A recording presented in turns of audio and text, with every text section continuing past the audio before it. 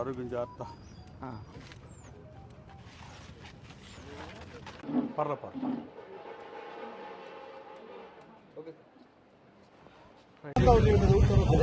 అది అయిపోతుంది left side అయిపోయింది సార్ బిల్డింగ్ దగ్గర ఆగింది సార్. సారథి గారు లోపల ఎమ్మెల్యే గారు ఆయన చేస్తారు ఒకసారి ప్రతి నెల 1వ తారీఖు పెన్షన్లు పంచే కార్యక్రమంలో భాగంగా గతంలో వాలంటీర్లు పంచితే ఎన్డీఏ కూటమి అధికారంలోకి వచ్చినాక సాక్షాత్తు రాష్ట్ర ముఖ్యమంత్రి ఏదో గ్రామం వెళ్ళి పెన్షన్ ఇచ్చే పరిస్థితి, మంత్రులు, శాసనసభ్యులు, శాసనమండలి సభ్యులు, కార్పొరేషన్ చైర్మన్లు దీన్ని బాధ్యతగా తీసుకుని 1వ తారీఖు పెన్షన్ ఇచ్చే కార్యక్రమం, 1వ తారీఖే జీతాలు ఇచ్చే పరిస్థితి రాష్ట్రంలో 5 సంవత్సరాల తర్వాత వచ్చింది. అలాగే ఈరోజు దావాజీగూడెంలో దాదాపు 815 మందికి 35 లక్షల రూపాయలు పెన్షన్ డిస్ట్రిబ్యూషన్ చేయడం జరిగింది. అలాగే నియోజకవర్గం మొత్తం 17,39,00,000 40,521 మంది లబ్ధిదారులు. ఈ నియోజకవర్గంలో 2,85,000 మంది ఓట్లు ఉంటే దాదాపు 41,000 మందికి మేము పెన్షన్ ఇచ్చే కార్యక్రమం. ఓట్లు లేని ప్రజలు ఇంకో 1,00,000 పైన 1,30,000 ఉంటారు, కానీ పెన్షన్ వచ్చేది పెద్ద వయసులకే కాబట్టి దాదాపు 2,80,000 40,000 మందికి మేము పెన్షన్ ఈ ప్రభుత్వం ఇస్తుందంటే, అలాగే కొత్తగా మనం కొన్ని యాడ్ చేసాం. ఇంకా కొంతమంది అర్హులైన నిరుపేదలకి అర్హత ఉండి విడో పెన్షన్ రాని వాళ్ళకి కూడా ఉన్నారు. వాళ్ళు ప్రభుత్వ అధికారుల దృష్టి తీసుకెళ్లారు. వాళ్ళు రాబోయే కాలంలో కొత్త పెన్షన్లు మొన్న కొన్ని వచ్చినాయి, మళ్ళీ నెక్స్ట్ టైం వాటిని కూడా మిగతా యాడ్ చేస్తామని తెలియజేస్తూ, ఈ బుధవారం దావాజీగూడెం పంచాయతీలో పవన్ కళ్యాణ్ గారి పర్యటన పోస్ట్పోన్ అవడం చాలా బాధాకరం. ఈ ఊరు నష్టపోయింది ఆ రోజు. సో ఈ సర్పంచ్ ఇక్కడ గెలిచిన 2 సర్పంచ్ నియోజకవర్గంలో ఒకటి ఉంటే, ఒకటి రంగనగూడెం సర్పంచ్ తెలుగుదేశం పార్టీలు గెలిస్తే, రెండోది కమ్యూనిస్ట్ పార్టీ మద్దతుతో కమ్యూనిస్ట్ పార్టీ సర్పంచ్ ఈ దావాజీగూడెంలో గెలిచిన పరిస్థితి. మొన్న ఎన్నికల్లో కూడా నాకు ఎప్పుడూ లేని విధంగా 2,700 ఓట్ల మెజారిటీ వచ్చిన గ్రామం అది. అలాగే ఈ గ్రామాభివృద్ధికి కోసం పనిచేస్తానని చెప్పా, సిఎస్ఆర్ ఫండ్స్ తీసుకొచ్చి పనిచేస్తానని చెప్పా. సిహెచ్సి సెంటర్ దారుణమైన పరిస్థితి. గత శాసనసభ్యుడు పరిపాలించిన 5 ఏళ్ళు 10 ఏళ్ళకి నేను పరిపాలించిన 2 ఏళ్ళకి సుస్పష్టమైన తేడాను మీరు గమనించవచ్చు. మీడియా సోదరులకి సుస్పష్టంగా ఒకే విషయం అడుగుతున్నా, పాత శాసనసభ్యుడి కార్యాలయం ఎదుర్కొన్న సిహెచ్సి సెంటర్ దారుణమైన పరిస్థితుల్లో ఉంటాయి. ప్రభుత్వం దగ్గర నిధులు లేముంటే కోల్ ఇండియా చైర్మన్తో మాట్లాడి 3 కోట్లు, కానీ మిగతా కంపెనీలు సిఎస్ఆర్ ఫండ్తో 4,50,00,000 ఇవాళకి సిఎస్ఆర్ ఫండ్ తెచ్చాం. ఇంకో 2-3 కోట్లు తెస్తే మన హాస్పిటల్ డెఫినెట్గా బాగుంటుంది. కనీసం కాంపౌండ్ వాళ్ళు కూడా పడిపోయిన చూడని పరిస్థితి. అట్లాగే దావాజీగూడెం ట్రాఫిక్ ఎంత ఉన్నా ఉంగుటూరు వెళ్ళే వాళ్ళు ఈ మండలం మొత్తం వెళ్ళే రోడ్డును కూడా గాలికి వదిలేశారు. అతను ఉన్న రోడ్డును కూడా అతను వేయించిన పరిస్థితి. దానికి ₹1,00,00,000 కలెక్టర్ దగ్గర నుంచి ఫండ్ తెచ్చి దాన్ని ఎక్స్టెండ్ చేస్తున్నాం. అందరినీ మెప్పించి ఎక్స్టెన్షన్ చేసాను తప్ప ప్రతి షాప్ వాళ్ళ దగ్గరికి నేనే వెళ్ళి మాట్లాడి వాళ్ళని వెనక్కి పెట్టించి, అది గాంధీ బొమ్మ సెంటర్ అయితే 35-40 అడుగులు రోడ్డు ఉందని 120 అడుగులు రోడ్డు చేసాం. గాంధీ మహాత్ముడు విగ్రహం ఎలా ఉంది, మీ మీడియా వాళ్ళు ఎప్పుడు కనవరం చూపించినా మీ మీడియా సోదరుల్ని ఇంకా నేను రిక్వెస్ట్ చేయాల్సిన అవసరం ఉందని నేను భావించట్లా. గతంలో చెప్పా, ఆ రైల్వే స్టేషన్ గన్నవరం బోర్డును చూపించి గన్నవరం స్థాయిని దిగజార్చొద్దని చెప్పా.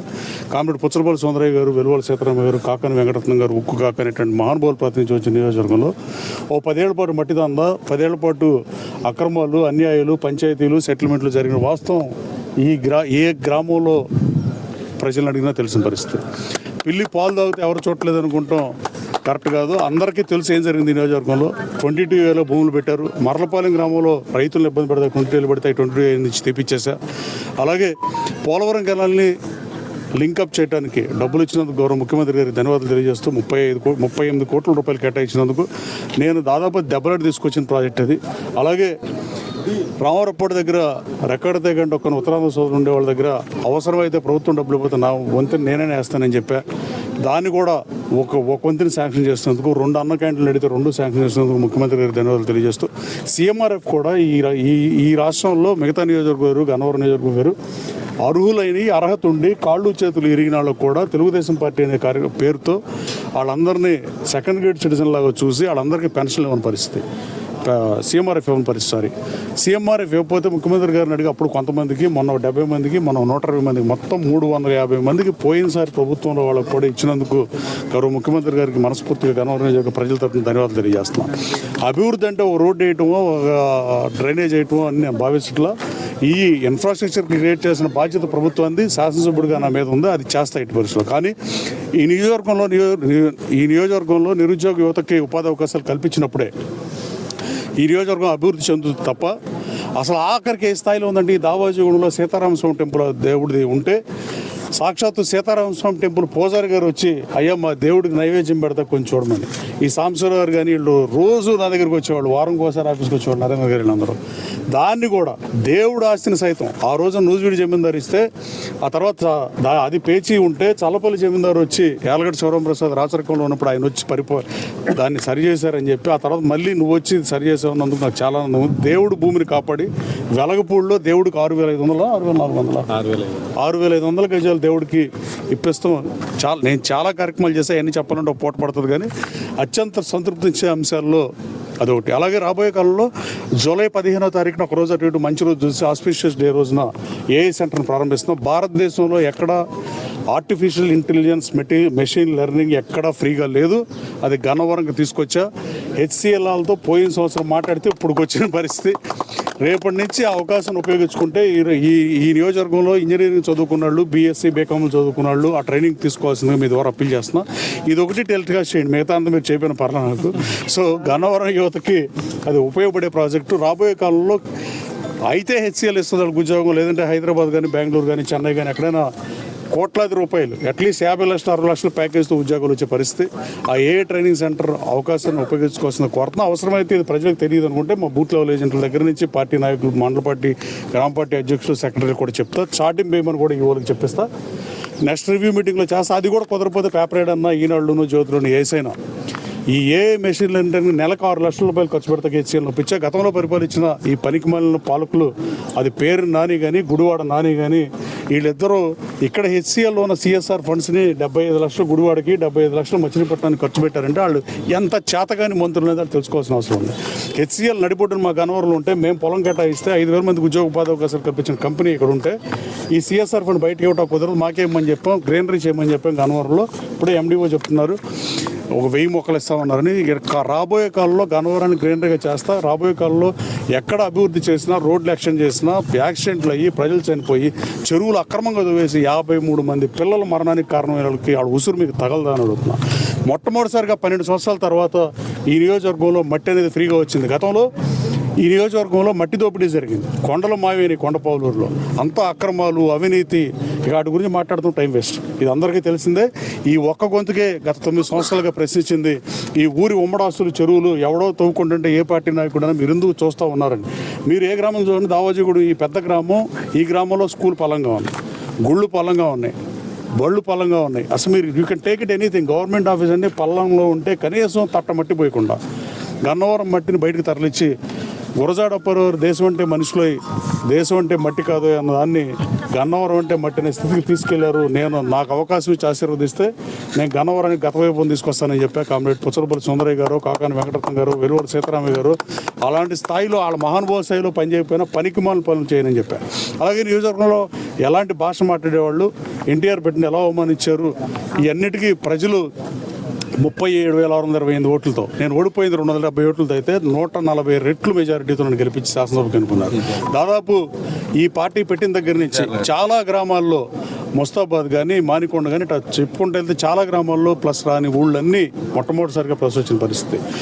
పార్టీని ఇంకా పటిష్టం చేయాల్సిన అవసరం ఉంది. రాబోయే సెప్టెంబర్లో లోకల్ బాడీ ఎన్నికలు వస్తాయి. డెఫినెట్గా ఈలోపు పార్టీ కార్యకర్తలు కానీ, బూత్ లెవెల్ ఏజెంట్ దగ్గర నుంచి నా వరకు ఇంక్లూడింగ్ అబ్జర్వర్ ఏ పొజిషన్లో ఉన్నాళ్ళైనా వచ్చే నెల నుంచి గ్రామాల బాట పట్టి రాబోయే స్థానిక సంస్థల ఎన్నికల్లో మన సత్తా చూపించాల్సిన అవసరం ఉంది. ఇప్పుడే మీకు ఎందుకు చెప్పారంటే ఇందాక 2 సర్పంచులు గెలిచామని. ఆ 2 సర్పంచులు గెలిస్తే 84 పంచి రాబోయే కాలంలో మెజారిటీ స్థానాలని చెప్పడం కానీ 95% కనీసం మనం గెలవాల్సిన అవసరం ఉంది. అలాగే మిత్రపక్షాలకి ఇచ్చే అవకాశం అది ఇంకా పార్టీ డిసైడ్ చేసిన తర్వాత జనసేనకి ఎన్నిద్దాం, బీజేపీకి ఎన్నిద్దాం అని తెలిసిన తర్వాత ఎన్నికలు చేద్దాం. అలాగే రాబోయే కాలంలో ఈ సీఎంఆర్ఎఫ్ చెక్కులు కానీ ఇవన్నీ చేస్తున్నాం. ఆర్&ఆర్ ప్యాకేజ్ చేసిన వాళ్ళు అడగరు. 76 మందికి అమరావతిలో ప్లాట్లు ఇప్పించి 2 నెలలు అయింది.